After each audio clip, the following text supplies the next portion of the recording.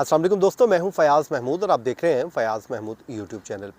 नाज़रीन, Donald Trump साहब की जानिब से मुख्तलिफ जो इक़दामात हैं वो किए जा रहे हैं और अब उनकी जानिब से बर्थ राइट सिटीज़नशिप का जो ख़ात्मा है उसका ऐलान भी कर दिया गया है। बात यहीं पर नहीं रुकी है बल्कि एग्जेक्टिव ऑर्डर पर दस्तखत भी कर दिए हैं और उस एग्जेक्टिव ऑर्डर के ज़रिए जो पैदाइश पर शहरियत की तारीफ़ की गई है उसके हवाले से एक एग्जेक्टिव ऑर्डर जारी किया गया है। अब जो वाइट हाउस की वेबसाइट की जानिब से जो है सदारती इक़दामात जो पहले किए गए हैं वो जारी किए गए हैं, तो उसमें एक protecting the meaning and value of American citizenship के हवाले से एक जो है हुक्मनामा जारी किया गया है कि वो लोग जो अमेरिका में पैदा हुए लेकिन इस दायरा इख्तियार में नहीं आते, वो पैदाइश पर हक़ शहरियत में शामिल नहीं।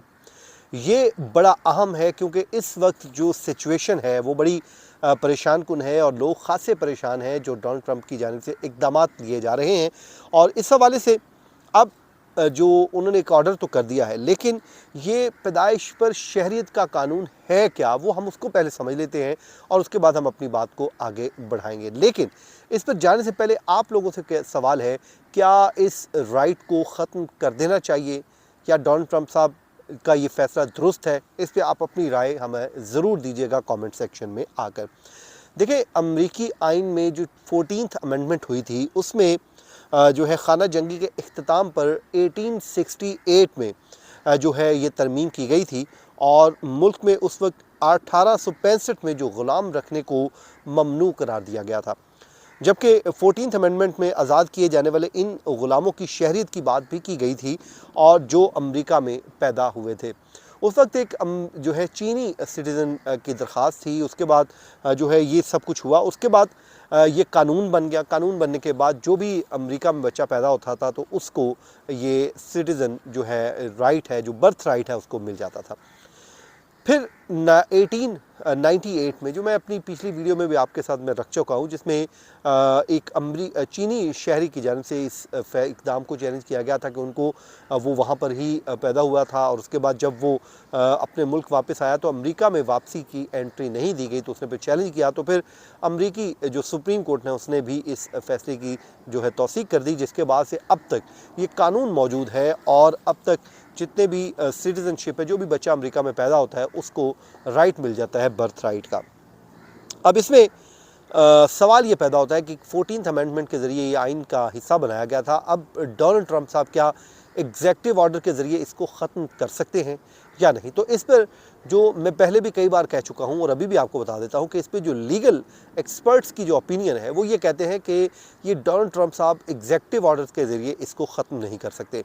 अगर वो इसको एग्जेक्टिव ऑर्डर के ज़रिए ख़त्म करेंगे तो ये कोर्ट्स में चैलेंज हो जाएगा, क्योंकि ये आइनी मामला है, इस पर उनके जो इख्तियारात हैं वो महदूद हैं। सॉरी।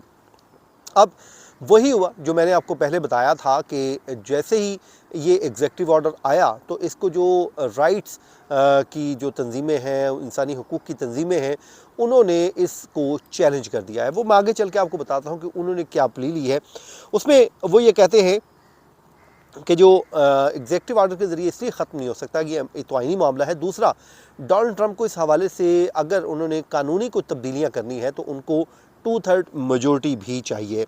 अब ऐवान नुमाइंदगान और सेनेट में उनको 2/3 की अक्सरियत दरकार है, लेकिन वहाँ पर उनके पास जो अक्सरियत है वो कम है। वो अभी तक उस पर इतनी अक्सरियत नहीं कि वो इस कानून को चेंज कर सकें। उसके लिए उन्हें मुख्तलिफ स्टेट्स में भी 2/3 मेजॉरिटी चाहिए, फिर 53 वोट्स हैं, फिर 7 मज़ीद दरकार है।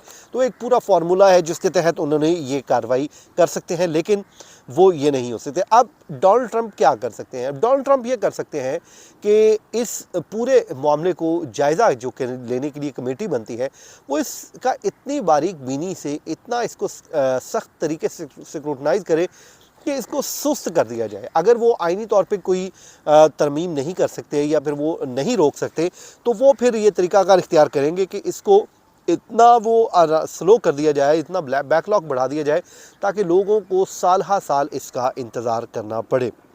अब इसमें लोग कितने मुतासर होंगे उसमें मैं आपको बता देता हूँ कि जो एक रिसर्च सामने आई है उसके मुताबिक 2016 में गैर कानूनी तौर पे जो इलीगल इमिग्रेंट्स थे उन्होंने 2.5 लाख बच्चों की उनके यहाँ पैदाइश हुई थी और फिर 2022 में जो दस्तयाब डाटा है उसमें अमेरिका में जो है ऐसे 12 लाख शहरी आबाद हैं जिनकी पैदाइश गैर कानूनी पनाह गज़ीनों के यहाँ हुई थी। उसके बाद अब कानून के मुताबिक तो ये सब एलिजिबल हैं कि इनको शहरियत मिल जाए, लेकिन ज़ाहिर है अब इसमें मुश्किलात आएंगी। फिर इमिग्रेशन जो पॉलिसी इंस्टीट्यूट है वो ये बताता है कि अमेरिका में पैदा होने वाले अफराद के घर मज़ीद बच्चों की पैदाइश हुई होगी और इससे मज़ीद लाखों अफराद मुतासर होंगे। इसके सबब 2050 तक सदर ट्रंप के ऑर्डर से मुतासर होने वाले अफराद की तादाद 47 लाख तक पहुँच सकती है। अगर डोनाल्ड ट्रंप का ये फ़ैसला जो है ये इम्प्लीमेंट हो जाता है, इस पर अमल दरामद हो जाता है, तो 2050 तक तकरीबन 47 लाख लोग जो हैं वो मुतासर होंगे।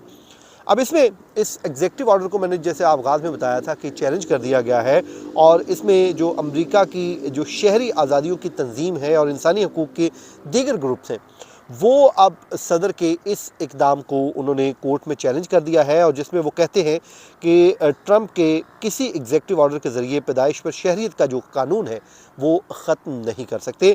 तो इसलिए इन कवानीन की वो कहते हैं कि एग्जेक्टिव ऑर्डर की कोई हैसियत नहीं है, तो अदालत जो है वो फौरी तौर पे इन एग्जेक्टिव ऑर्डर को सेट असाइड कर दे, कलअदम करार दे। मैं पहले आपको बड़े वीलॉग्स में ये सारी चीज़ें बता चुका हूँ जिसमें आपको मैंने बताया था कि इस हवाले से आपको बहुत ज़्यादा परेशान होने की ज़रूरत नहीं है। उसकी वजह ये है कि भाई कानून मौजूद है, 14th अमेंडमेंट के ज़रिए ये राइट दिया गया था और अगर अब एग्जेक्टिव ऑर्डर के ज़रिए करेंगे तो वो चैलेंज होगा और कोर्ट्स जो है रिलीफ देंगी जो जितने भी मुतासरीन होंगे। उम्मीद है जी आज का हमारा वीलॉग आपको पसंद आया होगा। आने वाले दिनों में मज़ीद आपको अपडेट्स देंगे। हमारा चैनल सब्सक्राइब कर लीजिए, कमेंट सेक्शन में अपना फीडबैक भी दीजिए। मुझे दीजिए इजाज़त। अल्लाह निगहबान।